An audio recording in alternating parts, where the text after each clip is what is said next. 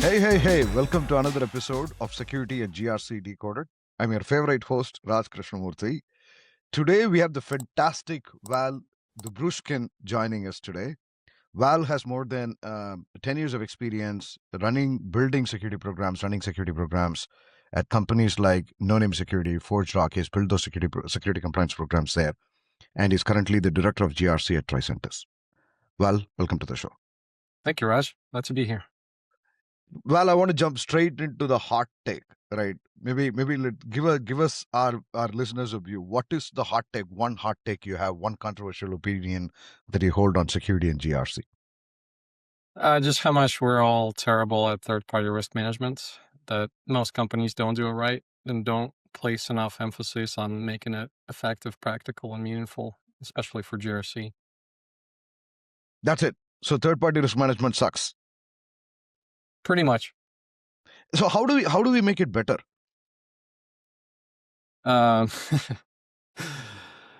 think we need an industry change, and I'm surprised that we keep seeing these major data breaches that are caused by supply chain attacks and vendor integrations attacks, but we're not changing our practices, and we don't have enough compliance standards that really enforce meaningful third-party risk management. Most of our current standards they can be done as compliance theater, check the box. You uh, get some security attestation report for a vendor or send them a questionnaire, and that's good enough. But that's not that's clearly not enough. So the way to do it, I'm trying to change it from an industry perspective by collaborating with other practitioners, speaking at conferences, helping other voices that are moving to change our industry. But it's very slow process. I'm hoping that things like FedRAMP, CMC, as they become more common in the industry overall, even outside the US, that those kinds of more prescriptive supply chain security practices become the norm. But at a minimum, as GRC practitioners, as cybersecurity leaders, it's on us to change it, at least our company, one company at a time. And when we come across others that have similar challenges, share our practices, our experiences with others in the field to make it better. The bottom line is you look at your resources, you try to figure out the risks, you work with your procurement program and process to make it easier so that this is part of business as usual as much as you can. There are some technology companies, some startups that are doing this better, more modern approach of almost continuous monitoring of risks for vendors by connecting with your security and IT technologies and monitoring where the data is going, what access a vendor has, and can even alert you if, let's say, you approve the certain vendor to access, one type of integration or send data, this one geographic region. And now this tool can tell you that, okay, some engineer allowed this tool to greater access, or now they're sending data to maybe more, suspectful region or country. So, looking at those kinds of technologies that uh, help us move away from this once a year, assessment of a vendor, but more on a continuous basis and trying to focus on the risks.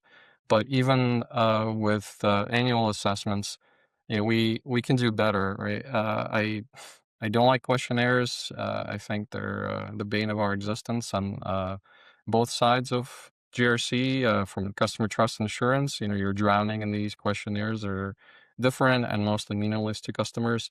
And on the third-party risk management, we're sending questionnaires that are generic, even though companies are supposed to, reply honestly. There's not a lot of evidence unless we ask for, screenshots or other kind of evidence, but then you're duplicating, their SOC 2 and ISO and other audits, and it's just extra effort on everyone.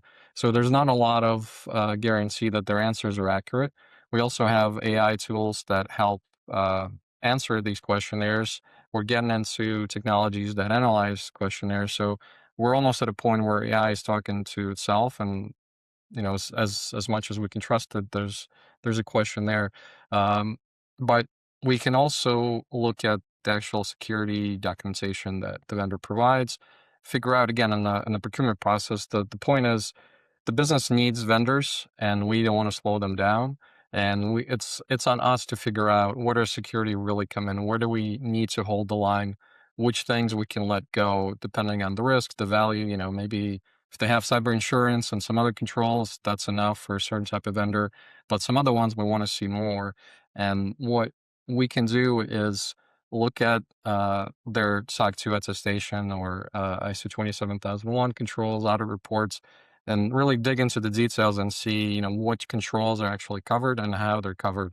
And normally, you'd need to have some understanding and expertise on how these reports are written to be able to pick out that, hey, this vendor might have business continuity practices, but the way the report is written, it's not really tested well, or it doesn't cover the services that I need. But now we've also seen in the GRC tool space that a lot of vendors are building AI analysis capabilities that can scan these reports, and we can work with these tools to tell us, okay, for a given risk of a vendor, I want to see this number of controls, so the controls have to be worded this way or implemented. You could look at vulnerabilities, triaging, and for critical vendors, you can have more requirements on their vulnerability practices or remediation timelines versus, your medium and low vendors, and use these GRC technologies to help you analyze this, so you can make this a lot faster and ideally automate it. So again, you don't have somebody reading these reports manually, but you can have the tool inform you of, yes, these controls are in place, and if not, then you can follow up with the vendor and figure out where this gap is, and if it's a real risk. Um, so it's both on standard practice. So even if you do just annual assessments, there's a lot of things you could do better, and ideally moving towards more automation and continuous monitoring of vendors. But also, the bottom line is we need enforcement from the executives, right? Because even if we have these great practices, even if we find that, okay, this vendor is a high risk to the company, unless somebody cares and is able to either walk away from a vendor or force them to change their practices, none of this matters, right? We can have the best, TPRM program and automation, all of this, but if we keep highlighting those risks and the business says, I don't care, we're still going to do business with this vendor, still going to allow them to integrate and send the data wherever, then it doesn't mean anything. So we need to build trust and relationships and get the buy-in from the executives so that when we raise risks when it comes for vendors, that it really matters. It forces the company to change their practices, reevaluate things, and protect the business better. And so it's about not crying wolf all the time and focusing on the vendor risks that really matter and are truly impactful, and building a good story behind it to justify why we feel this is warranted, so that when we come to the business, they understand and they can see the logic that this is really important. I mean, ultimately, again, it's not on us, right? If we wanted to build a secure program, we wouldn't have a business, right? Because we'd spend all our time and money building it securely rather than building services.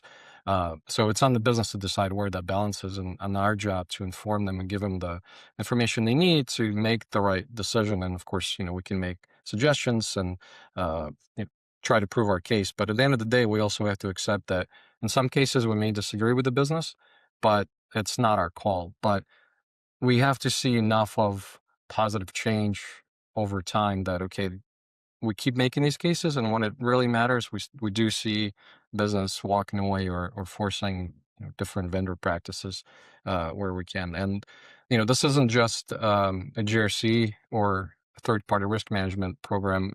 It's part of our ability to influence the business and build this relationship across the board with everything we do within GRC. It's just, again, and this vendor risk management is just a component. If we have the influence, if we have the relationships, then we'll be able to get the benefits from those in this example in Okay, TPM. got it. So I heard five things. One, you're saying number one, the frameworks have to be a lot more prescriptive than what they are today. Two, you want a deeper integration with the vendor systems, so that I think you talked about continuous monitoring, right? Something where you're able to evaluate them as real time as possible, as quickly as possible. 3, you talked about leadership support. 4, you talked about return on investment metrics that support the act of doing this, right, and the investments that the business need to make. And 5 that you said is you need to build enough relationship with the business teams so that this can be as smooth as possible, right? Why not SOC 2? That's the point of the AACPA trust criteria, right? Why not SOC 2? I mean, why do we have accountants evaluating security practices? I think that's that's the problem with GRC in a nutshell. I mean, I love accountants. My sister's an accountant. I know a lot of really great, I have a lot of great friends who are accountants, and in some ways, I have an accountant mindset too, right? This is why we do GRC. We want to check the box. We want to make sure things don't get dropped, don't get ignored. We dot all the T's across all the I's or whatever the other way goes. But it's not meant as a prescriptive standard. It's really good. It helps companies uh, document their own additional controls, which I think is really valuable. Unfortunately, as an industry, we've come to the point where we don't have enough professionals understanding SOC 2 reports. So they're just accepting anything that's written, Mm, whether it's mm. true or not, whether it has any controls. I've seen SOC 2 reports that have, board meets quarterly basically as the only control, and that's fine. Like that's acceptable.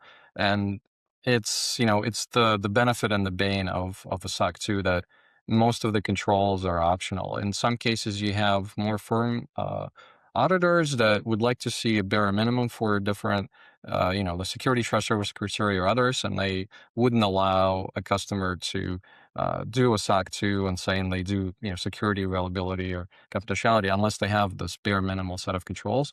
But for a lot of other firms, you could have a single confidentiality control in there or a single availability one, and it would say this SOC 2 report has confidentiality and availability as trust services criteria. And so there's not an industry standard for what's acceptable, and it's too flexible, and it's meant to be customer driven. So a customer really decides what controls go into a SOC 2 report. So, as a consumer of those reports, you're grasping for straws. You're trying to understand, what what this audit report represents, if it has the controls it has. Also, every audit firm writes them differently, the way just the layout and two reports could have the same controls, but it might take you an hour to understand that they are the same, just in the way they're represented and written, and Got it. even the verbiage can be different. And unfortunately, I've seen firms, including some big names on them, that just fraudulent. Like they list the controls, but I know for a fact that they're not there. They're not there. And you said something very interesting. So if I think about some of the accounting metrics, right? For example, return on net assets that the financial controllers typically use, right? Or sales outstanding. These are well-defined sort of metrics. And the way that we arrive at these metrics is because there is a basic framework by which you can do accounting, right? What are the chart of accounts? How do you debit and credits, right? What is an expense? What is a revenue? So how do you recognize revenue? So on and so forth. The challenge I've consistently seen with cybersecurity is that where is the chart of accounts for cybersecurity, right? How do we establish the baseline first before we talk about common metrics? Have you thought about this well? Have you come across this? What are your thoughts, your take? Um, yeah, I mean, we try to speak the same language and try to use financials where we can, because most of the time, right, the board, the executives, they look at dollars as the main talking points. What is it going to cost us, to protect ourselves, or if we don't protect, how much is going to, remove our revenue or our ability to do business. And in some cases, you can use it on the customer trust and assurance side, work with the sales team, look at the market, look at your competitors and say, hey, if we add this, I don't know, ISO certification or a high trust one or whatever, it will get us into this market. Then it will allow us to earn, this additional dollars. And a lot of times, like let's use, FedRAMP. It's a very expensive program, very time consuming, a lot of changes required to your business to get in there. So you have to justify that there's a large potential customer income stream in the future that's reliable that you're going to gain if you do these things. And a lot of times you could leverage these to say, okay, we're going to do this to reach a certain market or earn certain revenue, but we're going to scale the controls beyond just that market. That's going to be full organizational control compliance, so that we're getting the benefits just to the whole company outside of a specific target market. But it's harder when we're looking at risks, right? We we can look at similar companies, the events that have happened, and the kind of breaches, ransomware, outages. We can look at Jaguar or Land Rover, right? That this cyber incident can take down your entire business and cascade down to all the suppliers, and really put so many companies, individuals out of business just because of a cyber attack. But at the same time, I think that's the other challenge for us, is that it's very difficult to make this accurate for a specific company, because every company Mm, is different, every product different. is different, right? They use different vendors, their approaches, even supply chain security, whatever is different. So uh, unless we do our own like fair model type analysis on particular risk, it's hard to trust the tools. Again, a lot of GRC technologies will give you, they'll find the risks, the gaps in your controls, or you can work with them to document your own risk, your custom risk, and they'll give you a fair estimation of this is what it's going to cost you if you don't address it. And I've seen other companies that focus just on fair estimators, and I'm still yet to see something that I can trust, 100%, that this is going to give me an accurate estimate for my company, for my Got it. particular risk in our environment. And the challenge too is that w- you never have enough people to spend the time to do an accurate, fair analysis on a risk. So you're still guesstimating, whether you use tooling or you do it yourselves. And it's a tough place to be. I think the GRC company that figures this out accurately for specific customers is going to be extremely successful. We need something like a Wiz or Orca, right, where there is a vulnerability and you can see the exploit chain, and you see like the real impact. That yes, out of 10,000 vulnerabilities, these 10s are the ones that are going to be really impactful to us, and we need to focus on them. Just like with the risk, we need to be able to see out of 100 risk or 1,000 risk in a risk register, give me the real ones that are going to have this material impact on our company, so that we can focus on them. And right now, I'm not seeing it. We're all doing our best, but it feels like it's still a guesstimate or some kind of just you know heat heat map reporting to Got it. executives, and making Got it making us look good like we're professionals, but the integrity of the data, I'm not certain. is I think Um, it's a very interesting because I think my intent of the question was slightly different, although I think you addressed this much better than expected, Val, which is I think you're talking about the financial impact and rolling up the financial impact and demonstrating the financial impact. What I was asking is the data that is supporting that financial impact, which you also talked about, which is can there be categories of cybersecurity risks by class of companies that we can all agree on? What are we doing in asset management? What are we doing in access management? What are we doing with sort of third party supply chain, right? At least software supply chain. Things like that, where it's not very vague. To your earlier point that you were making about being more prescriptive, that's the point you were making. Is there a way we can get there where, at least for class of companies, we can be more prescriptive? Do you think we should do that collectively as a community, or can we not?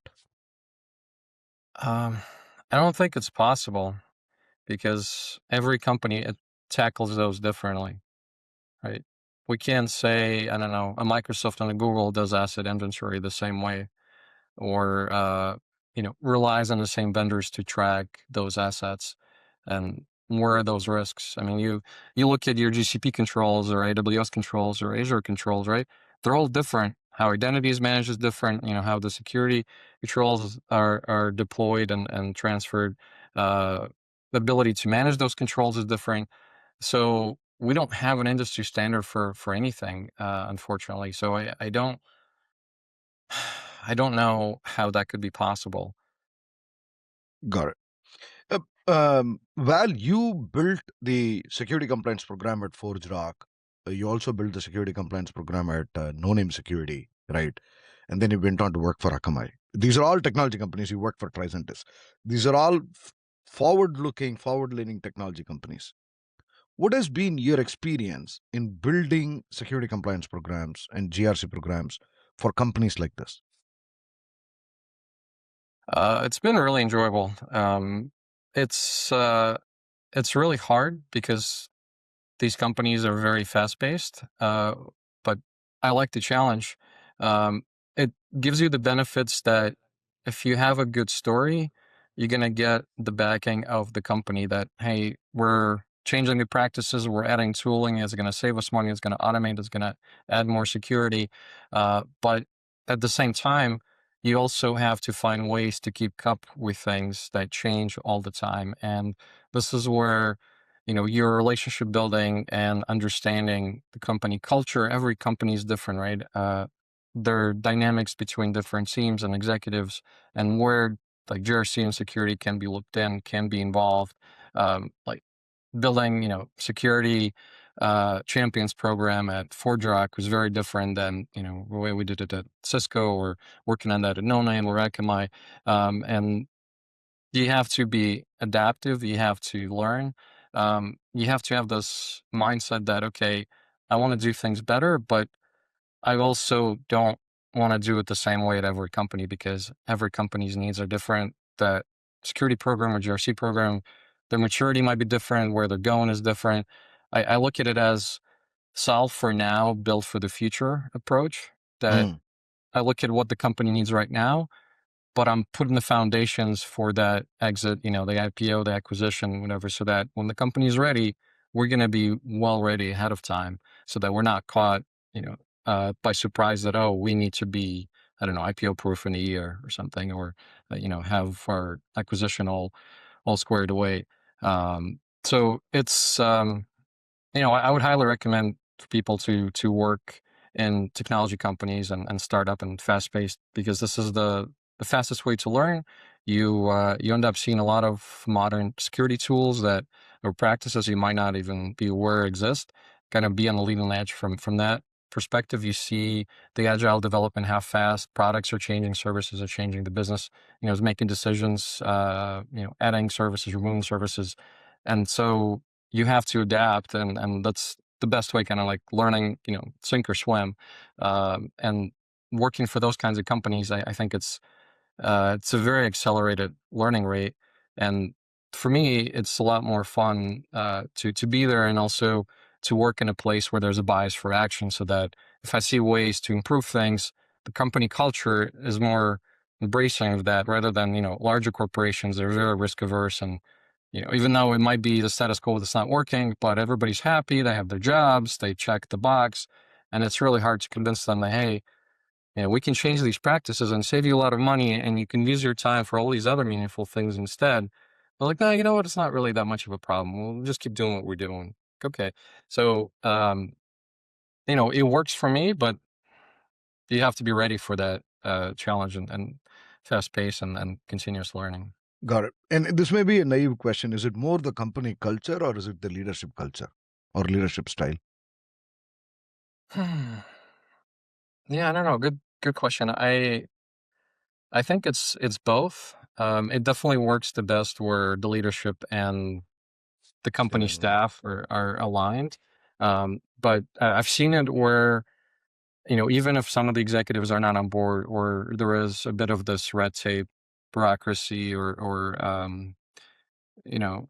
power dynamic challenges between executives or certain teams, there are enough uh, fast-paced minded individuals that the culture still remains this very active bias for action, that we could still make a lot of uh, very positive changes. I mean, I think the culture is more important, but obviously over time, executives have insane impact on that culture. So, uh, I definitely look for that, like during the interview process, and understanding where the company's at, what the executives are thinking, because I'm not going to be successful in a place that there's not this bias for action.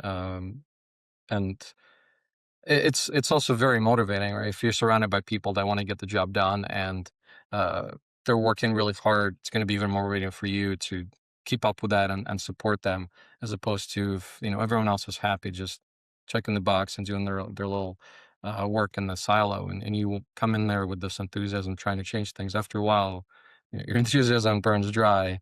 If you have that wall of corporate culture, like just do your job and stay in your corner. Got it. So, if I rewind, I used to work with in data centers and data center engineering, right, 10, 15 years ago. And if you think about hiring a security engineer, right, maybe 10 years ago, maybe you would typically go find somebody with a networking certification, right, Cisco certification, because security was about perimeter protection for you, right? And that's not the case anymore, right? I think security has gone through an inflection point where it is a truly recognized engineering discipline, right? We go and hire Rust engineers and Go engineers and Python engineers today, right? Do you see GRC at an inflection point? The old guard versus the new guard, to use your terminology. I do. I just I kind of joke about that. We need to wait for most of the current GRC professionals to die off or retire to really see the the impactful change.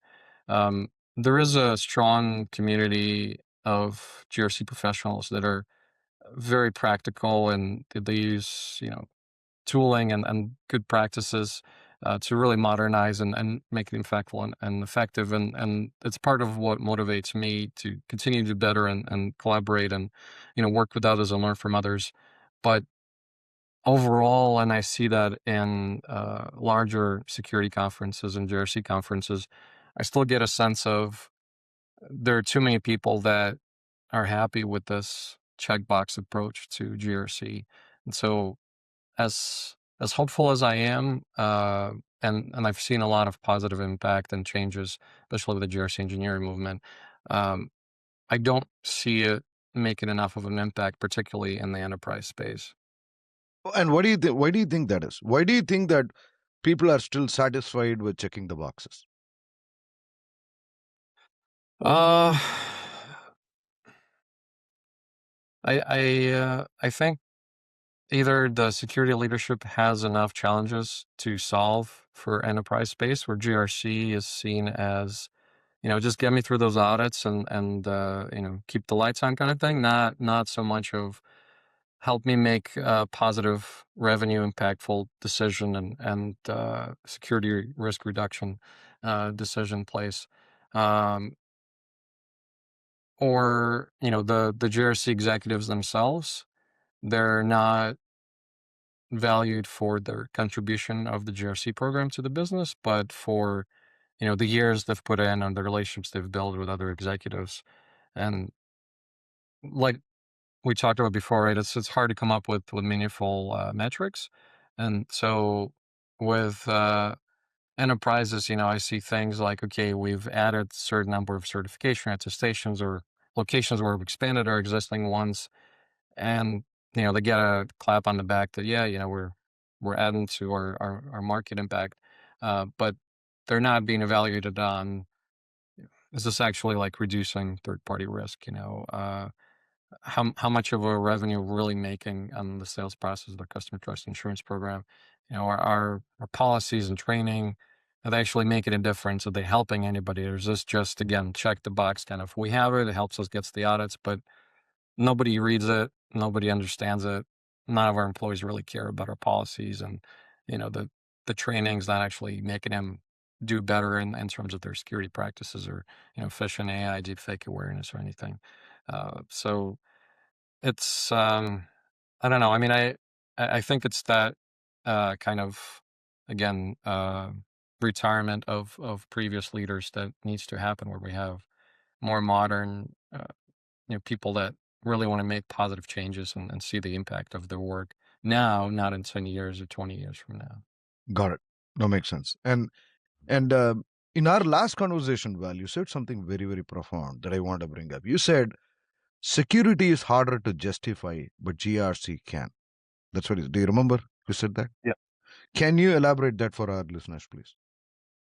Yeah, I mean, I think where security teams struggle is that they're viewed as either the Department of No, that security always says, oh, this is a bad idea, we don't want to approve this thing, or like IT, they're looked as a cost center. They're they're there to do something, but you don't see the value until there's a breach, and then you say, why are we even spending the money if you couldn't protect us from this breach?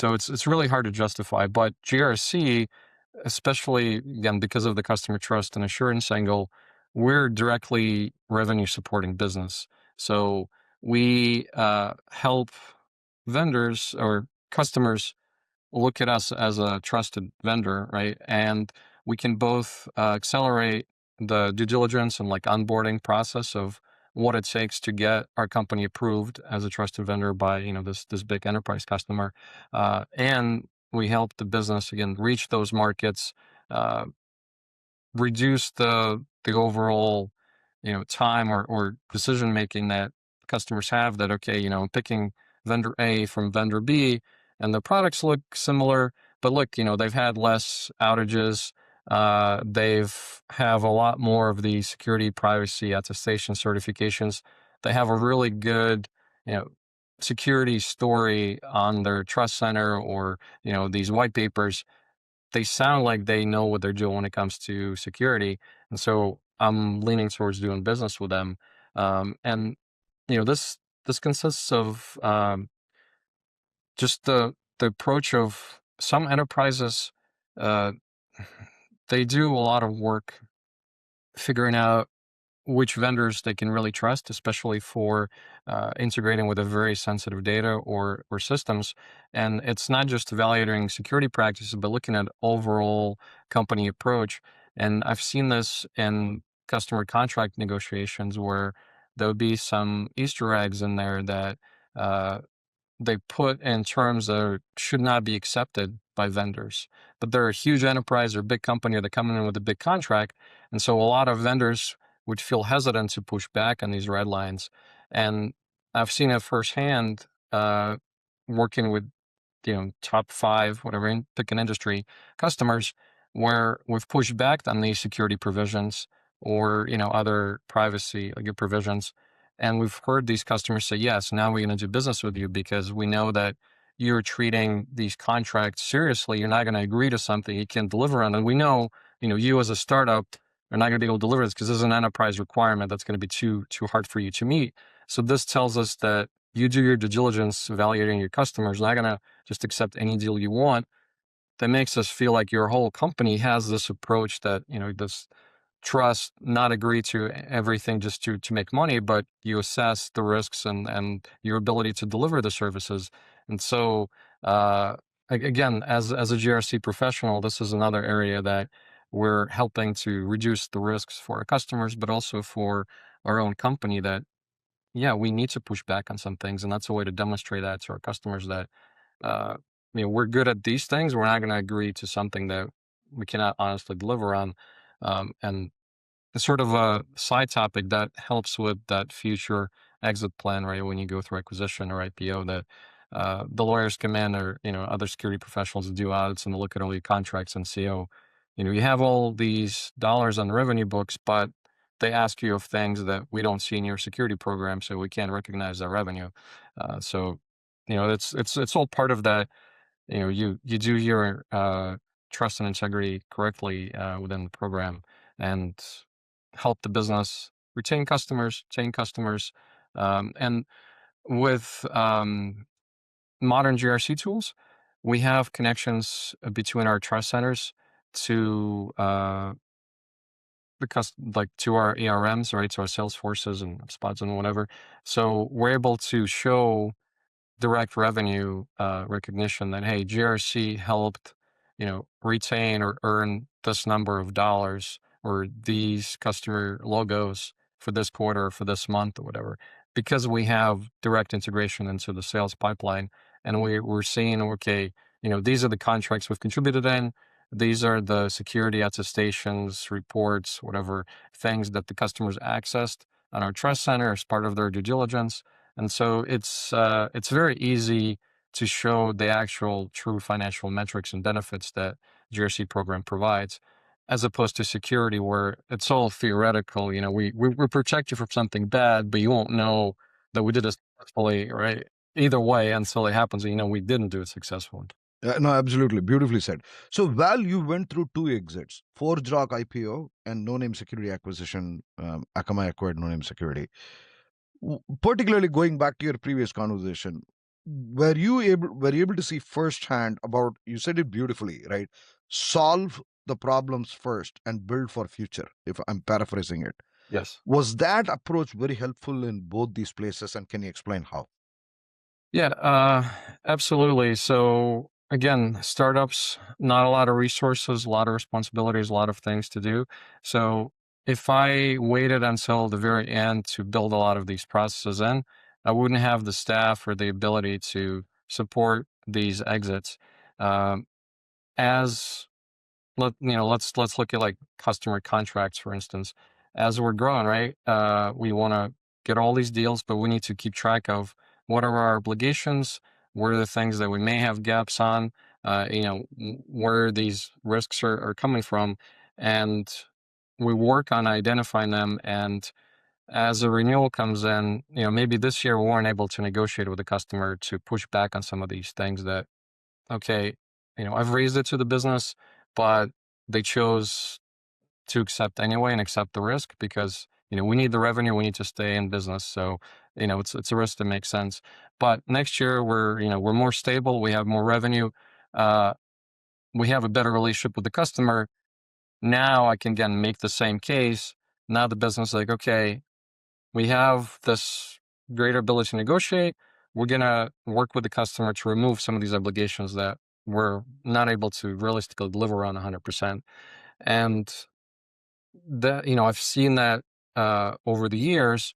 And then when we had those exits and we had the lawyers come in and other security professionals, and I love the feedback from Akamai, where I think for maybe their 12th acquisition by that point, and they said this was the easiest acquisition they've ever done, Mm. particularly for security and legal compliance, because we had all our ducks in a row.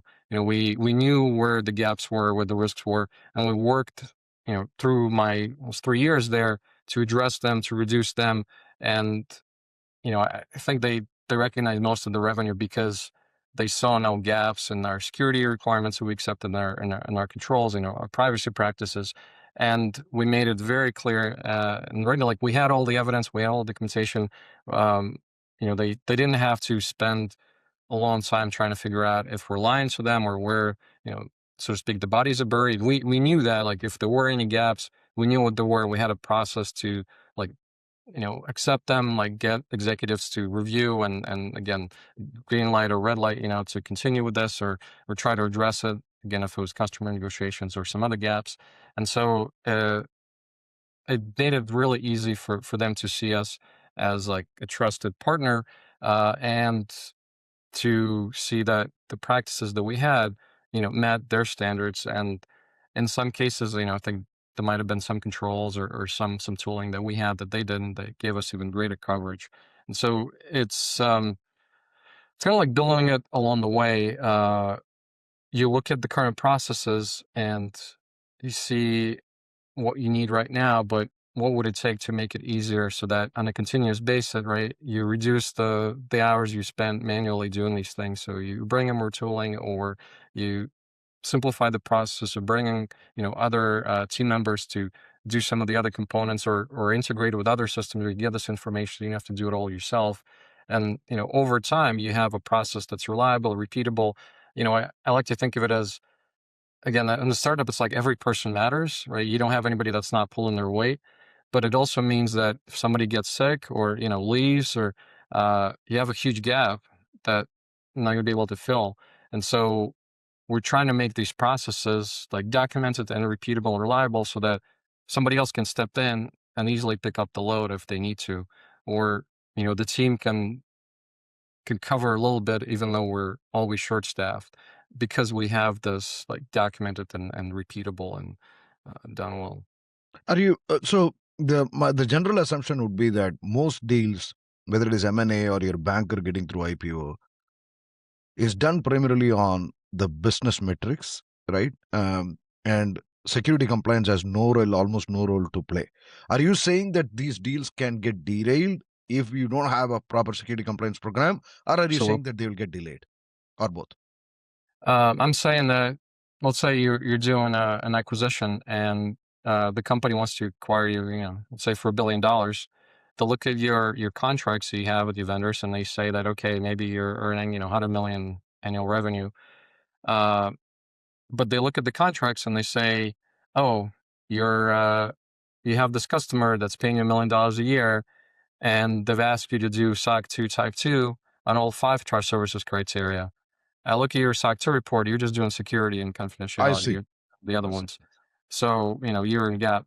I mean, this is a very simple one, but there are other ones that I've seen where there are a lot specific controls in there that they can see this is, you're in breach of contract. So, and obviously, right, the company's acquiring you, it's in their interest to try to reduce your revenue, so they buy you for a smaller chunk of change. So they're looking for these gaps in contracts so that, instead of paying you $1 billion to acquire, they'll pay you 900 million, because again, your revenue is not to the level that they expect to be recognized. And that was really interesting for me to like experience and see that. And uh, I don't think we place enough emphasis on that in the security industry, that ultimately, right, most companies want an exit, and this really makes a difference. So if we say we're taking on these obligations and contracts, we have to be mindful that, okay, if it's a startup early in their journey and they have to take this money or they're going to go out of business, that's one thing.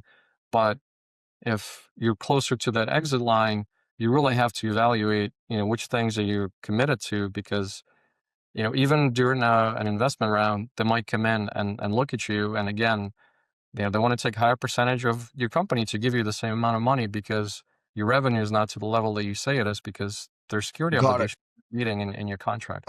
No, I think that's a brilliant point, Val, and thanks for clarifying. So you're saying that the operational maturity, the overall operational maturity of the company, the security compliance, particularly the GRC team, plays a very vital role in establishing that maturity, right, and the valuation. Yes. That's brilliant.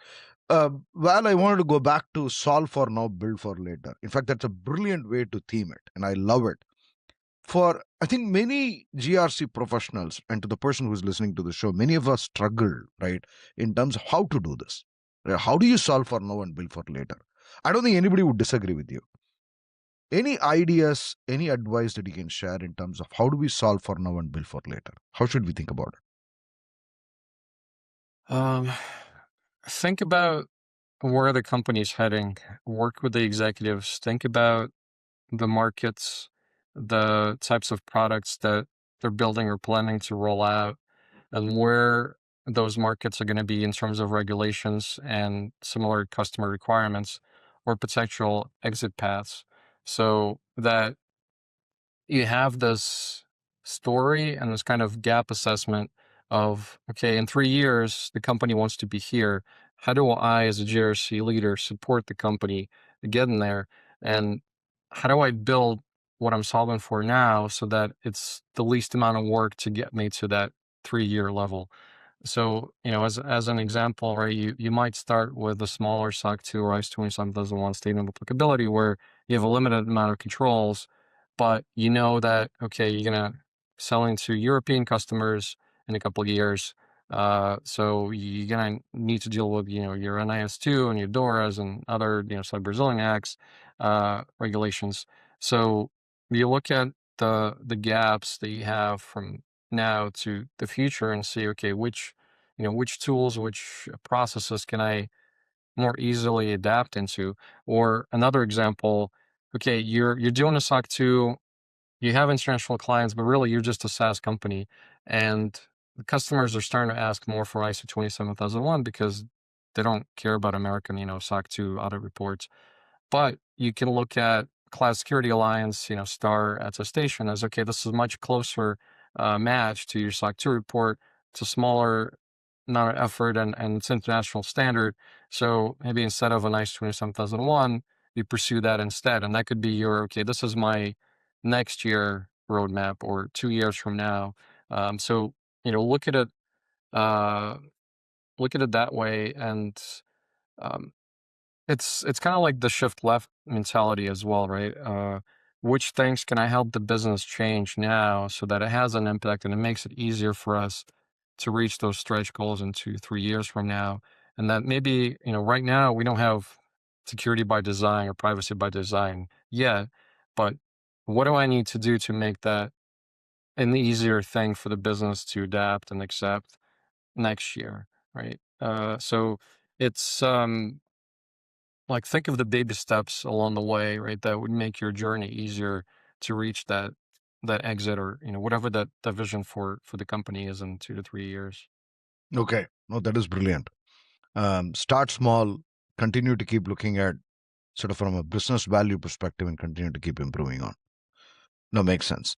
Um, Tricentis is a very interesting company, right? I think it has sort of created the market around shift left, especially shifting testing left, right, towards developers. Do you see a correlation between that and what we do with GRC, right? And you talked about shift left just a minute ago. How do you see GRC shifting left? Uh, we we saw it when we got the first modern GRC tooling coming out, where we could get information about our gaps or our controls coverage on a weekly or daily basis when those evidences are connected, as opposed to the annual or semi-annual audits that we would do and be like, oh wow, I didn't realize I had these gaps in my asset inventory, or my MDRs are not actually deployed 100% to everywhere. So I see this as an extension of that we have greater visibility into the gaps, so we're able to address them sooner, rather than when we do these audits or when external audits find gaps. And but it's also a mentality, right? Like, we have continuous improvement requirements and the ISO standards that everyone kind of takes for granted, but they're there for a reason. Like, everything we do, every audit we go through, internal, external, it's an opportunity to reevaluate and see what can we automate better, what can we learn faster, where can we reduce the time we spend on these things, and that's everything in GRC. Uh, how do we write our policies, right? How do we do our training? How do we get people to complete the training, make it more fun, make it practical, something that stays with them outside of work, because a lot of personal good security hygiene is also impactful on the business. Um, and then instead of just, okay, I'll just rotate it and then roll it off when I get my checkbox. Or similar, even like, I'm not getting the coverage or the completion of the training to the percentage that I need on the time that I need. How do we make this easy? What's the problem? How do we educate? What are the stumbling blocks? The revenue sales. How why is this taking so long for us to respond to these questionnaires? Or why are we not seeing as much impact on our trust center that we wanted it to have? What can we do better? So it's a continuous, like, evaluation improvement journey. um, I was hoping when Drata rolled out their first, like, customer trust portal, where customers could see their vendors' security controls as kind of like a dashboard, I thought, okay, this is the future, where we don't need to do audits. We don't need to do these questionnaires. Customers can see their vendors' security controls practices just on the GRC portal, but that hasn't really taken off. We haven't seen the industry adopt these practices, unfortunately. I'm still hoping something like that will happen. We have a lot of vendors that are trying to meet this with, like, integrations and have some kind of common portal that vendors and customers can access and see documentation or some controls. And so I think potentially we're moving that way. At least I'm hoping we are. Um, but what I've seen the most is the GRC engineering practices, where GRC teams are developing their own tools or processes. We're doing a lot more automation, even with, like, legacy systems, to, again, get the evidence, get the information faster, instead of just, again, manual audits, manual screenshots. So we're doing more of that. Um, I don't I don't think it's enough. I think we need, like, a security champions rethink, where GRC is part of that.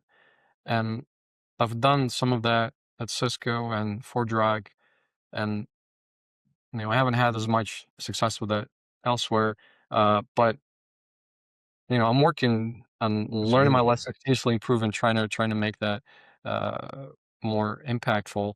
But I think that's a great possibility for us to shift left, to educate the business, to understand where potential gaps or issues come in, and where GRC can make a more meaningful impact. And that's the thing I love about GRC is we're so horizontally placed across the business that we touch almost every department, and so we need a way to understand better, faster, but also to help others better and faster outside of our normal function where, sometimes they would need us or we'd need them on this annual audit comes up or this customer audit comes up. I need your help here, as opposed to now, like, what are they doing right now where GRC can add visibility or has seen other teams do similar things. We can connect them so that they're getting the value from us just being there, and they're more inclined to share with us, to involve us in their design processes and thinking processes, and choosing the tooling. So it's there's still a long way to go, but I've seen a lot of progress in the GRC tooling and the GRC engineering space in the last decade that gives me a lot of hope that we're But slowly moving away from the status quo. okay, love it. No, brilliantly said. We are approaching the end of the segment, Val, and I'll keep this as my last question. Something I noticed very interesting in your LinkedIn is that you used to be a management consultant and life coach. Now, can you maybe talk to us about what was that about and how did that help in your security and GRC career? Um, it's helped me focus my own work to be more impactful. If I'm helping others make better decisions, then I need to make better decisions myself and see where am I really making an impact. And the life coaching kind of came out of my lifelong passion for mentoring, and I've been blessed with having great mentors throughout my professional career and outside, and I've always wanted to give back, and there's nothing more inspiring than seeing others succeed and sort of, helping them expand their wings and take off. And I bring that approach to leading teams or collaborating with others where, I'm there to help others do better. And figuring out, management consulting side of, okay, what are the obstacles that are impeding individuals' progress or team's progress? And the life coach is more an inspiration. How do I get people to be motivated? What inspires them? Which things within GRC or security practices do they find most meaningful that I can connect their work task to, or their purpose to, their life mission to? And similarly, working outside of GRC, what motivates others? How do I find that trust or common purpose that we can share and connect over and get them to do the right thing and understand how I can help them better? No, beautiful, beautiful. And Val, if somebody wants to reach out to you for that budding engineer or somebody who is trying to get into the GRC space, and if they wanted to reach out to you, what is the best way to do that? Are you I open just to Yeah, absolutely. There's always less time in the day, as we it? grow professionally and have more connections and friends. But at the same time, nothing is more fulfilling than giving back and helping others. So whenever I can, I'm always happy to do that. Please reach out on LinkedIn. Send me a message, connection request. That's probably the best way to start that conversation. Okay. Val, this has been a fantastic conversation. Thank you for coming on the show. Sincerely appreciate it. Thank you, Raj. Really enjoyed it.